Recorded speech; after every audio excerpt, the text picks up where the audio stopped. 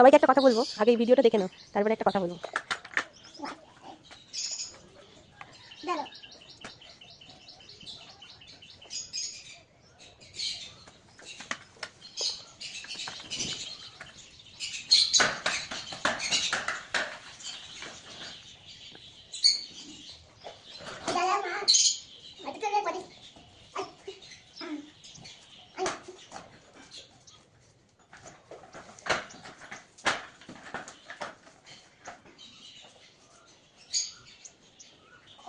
না, এবার হাতে করে রেখে দাও। হয়তো তুমি ঘরে চলে এসছো, এবার হাতে করে রেখে দাও।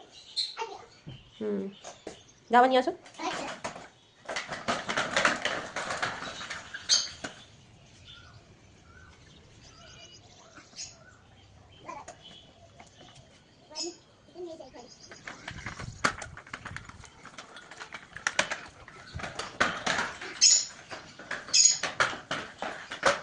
সবাই দেখে নিয়েছো। এইবার আমি একটা কথা বলবো, যে বাচ্চাদের হাত থেকে যদি মোবাইল কাড়া যায় বা টিভিটা যদি একটু কম দেখা যায়, তাহলে বাচ্চারা নিজেই আপনি বুদ্ধি খাটিয়ে অনেক কিছু কাজ বা অনেক কিছু পড়ালেখা এগিয়ে যেতে পারে। কিন্তু বাচ্চাদের সবসময় যদি ওরা মোবাইল দেখছে বলে আমি ছেড়ে দিচ্ছি, থাক মোবাইল দেখুক, এই জিনিসটা খুব কিন্তু খারাপ। এই জিনিসটা কিন্তু উচিত না। এই জিনিসটা দিনের পর দিন বেড়ে যাচ্ছে, তাই জন্য ওদের মাথায় জিনিসটা রয়ে যাচ্ছে যে আমাদের আর মাথায় বুদ্ধি খাটাতে হবে না, কিছু না, বাবা মাই তো আছে সব কিছু করার জন্য, আর আমরা তো এমনি রয়েছি মোবাইল দেখার জন্য, টিভি দেখার জন্য রয়েছি। কিন্তু এটা ওরা বুঝতে পারছে না যে এখন থেকে মাথাটা যদি না খাটাই, বড় হয়ে সেই মাথা আর কোনো কাজের হবে না।